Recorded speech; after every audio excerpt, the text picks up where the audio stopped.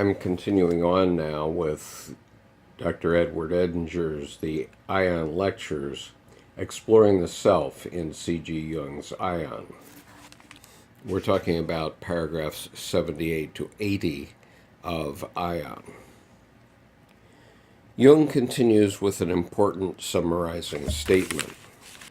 Quote, "A factor that no one has reckoned with, however, is the fatality inherent in the Christian disposition itself, which leads inevitably to a reversal of its spirit, not through the obscure workings of chance, but in accordance with psychological law.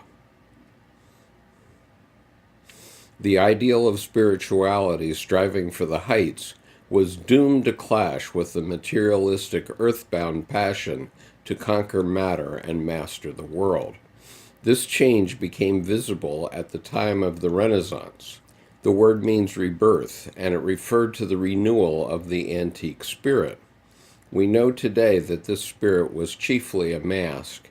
It was not the spirit of antiquity that was reborn, but the spirit of medieval Christianity that underwent strange pagan transformations, exchanging the heavenly goal for an earthly one, and the vertical of the Gothic style for a horizontal perspective, voyages of discovery, exploration of the world and of nature.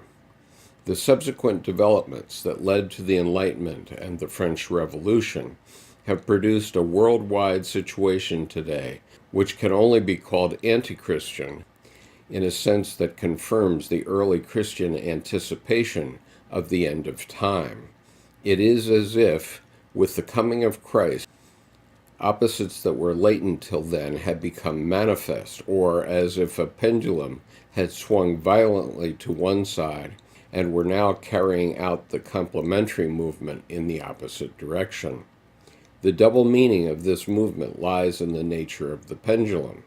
Christ is without spot, but right at the beginning of his career there occurs the encounter with Satan, the adversary, who represents the counterpole of that tremendous tension in the world psyche which Christ's advent signified. Both strive for a kingdom, one for the kingdom of heaven, the other for the principatus huius mundi, the rule of this world. We hear of a reign of 1,000 years and of a coming of the Antichrist, just as if a partition of worlds and epochs had taken place between two royal brothers. The meeting with Satan was therefore more than a mere chance. It was a link in the chain." Dr. Edinger was quoting from paragraph 78 of Aion. To underscore what Jung says here, the advent of Christ represented psychologically the split of the opposites in the God image into two irreconcilable halves, Christ and Satan. This was a necessary step in the development of consciousness, but it has led to a profound one-sidedness and to a dissociated condition that now has to be corrected. The first stage in that correction, if one has been identified with the image of Christ, is an encounter with the opposite of Christ, namely Antichrist. Jung says that the same idea is alluded to in the symbol of the Savior crucified between two thieves.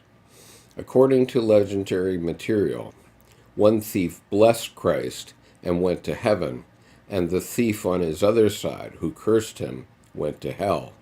The twofold movement can be seen taking place within the crucifixion scene, so that simultaneously there is a movement up and a movement down, and a containing of the conflict between those opposite movements. It presaged what William Blake finally described as the marriage of heaven and hell, in which the up and down movements become reconciled or united in a third image.